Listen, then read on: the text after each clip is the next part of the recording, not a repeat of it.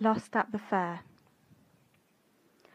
Fast asleep was Dormouse Cottage, up on silent sunny hill. All the dormouse lay a-sleeping, everything was very still. Came a muffled heavy knocking on the cottage window pane. Mrs. Dormouse rose and listened, rubbed her eyes and yawned again. Down the stairs went Mrs. Dormouse, grumbling, only half awake, wondered, "Is the house on fire? What a dreadful noise to make!" At the window Mr. Squirrel called out, "Wake up, there's a fair! All the woodland folk are going, everybody will be there." Mrs. Dormouse, quite excited, hurried quickly up the stair, roused her dreamy Dan and Daisy, told them all about the fair. So for once they were not sleepy, up they leapt and quickly dressed, and it was a great occasion, both put on their Sunday best. Down at breakfast how they chattered! What an appetite they had! Porridge piping hot with cream on, how they loved it, weren't they glad? Wellington, said Mrs. Dormouse, would be best. Now, come along. So they put them on and hurried out to join the throng. Down the lane a lonely figure sadly wept upon a stone. Little Fieldy Mouse was sobbing, left behind and all alone. "What is wrong?" asked Mrs. Dormouse. Fieldy wailed, "I'm left behind, and I haven't any money." "Well," said Danny, "how unkind." "Never mind," said Mrs. Dormouse, "come with us, we'll take you there." Down they helped him off the milestone, and on they went towards the fair. Woodland rabbits, woodland mousies, 2 by 2 and 3 by 4, filled the little woodland byways, more and more and more and more.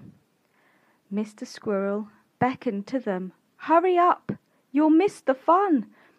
Look, the roundabout is turning, everything has just begun." Mrs. Dormouse bought some candy, sticks of woodland fairy rock. Mr. Bunny, smiling, found them, all the biggest in his stock. When they heard a showman shouting, "Come on, mousies, have a shy! Lovely coconuts, my hearties, Dan and Fieldy had a try."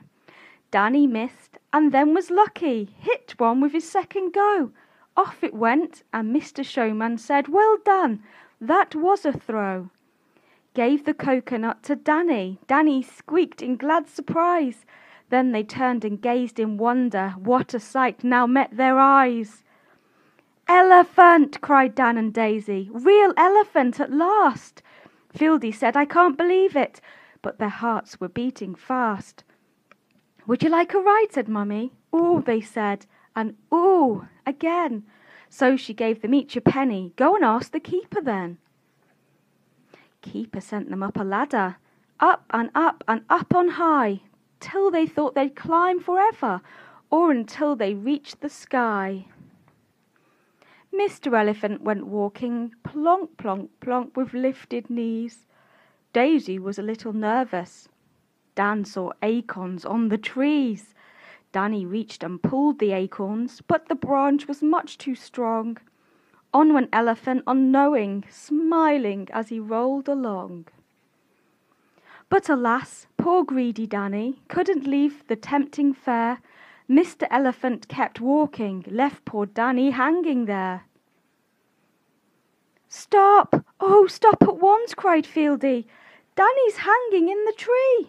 Elephant was very troubled. "Let us go for help," said he. But a large and friendly blackbird heard poor Dan's unhappy wail, caught him just as he was falling, caught him safely by the tail, pulled him up into the oak tree, where he soon forgot his fright. Danny pointed out the fairground, which was nearly out of sight. "I will take you there," said Blackbird. Danny climbed between his wings. Off they flew across the woodland, towards the roundabouts and swings. Meanwhile, back upon the fairground, Mrs. Dormouse was upset, listened to the tale and wondered, feared what dreadful fate he'd met. So they went and told the policeman, who was calmly standing there. Didn't see the distant blackbird flying down towards the fair. On his back the eager Danny told the blackbird where to land. Down he fluttered right among them. Danny shouted, "This is grand!" Then he thanked the kindly blackbird. Mrs. Dormouse thanked him too. Policeman murmured, rather crossly, "Well, there's nothing more to do." Off he went, and so did Blackbird. Dormouse waved a last goodbye as he winged towards the woodland, growing smaller in the sky.